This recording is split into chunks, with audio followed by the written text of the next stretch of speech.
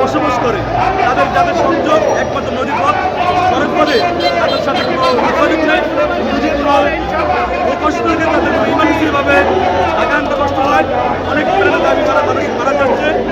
আমাদের দাবি আমাদের যে ভোলা বরিশাল সেতু আমরা আগেও দাবি করছিলাম, আমাদেরকে আশ্বস্ত দিয়েছিল যে ভোলা বরিশাল সেতু হবে, কিন্তু আমাদেরকে ধোঁকা দিয়েছে। আমরা আমাদের দাবি আদায় রাজপথের উপর আপনারা দেখতে পাচ্ছেন কয়েকদিন ধরে আমাদের সহযোগিতা ভাইরা সেই ভোলা চরপোষণ থেকে প্রায় 350 কিলোমিটার পথ অতিক্রম করে পদ্মা নদী পার হয়ে আজকে ভোলা টু লংমার্চ ঢাকা যে কর্মসূচিতে দাঁড়ে দাঁড়িয়ে বেরিয়ে আজকে ঢাকাতে যারা ভোলাতে বসবাস করে তাদের কেন্দ্রীয় আজকে জাতীয় প্রেস ক্লাবের সামনে মানববন্ধন চলছে। আপনারা আরও জানেন এই দ্বীপ জেলাগুলোতে জাতীয় নেতাদের থেকে শুরু করে লাস্ট জুলাই আগস্টে বেশিরভাগ বিরোধী আন্দোলনে অসংখ্য নেতৃত্ব মারা গেছে। আমরা তাদেরকে করতে পারি না। আমরা মনে করি অতি দ্রুত যদি ভোলা বরিশাল সেতু না যায় আমরা এই আন্দোলন কঠোর থেকে কঠোর দিব বলে আমরা বিসমিল্লাহির রহমানির রহিম। আসসালামু আলাইকুম।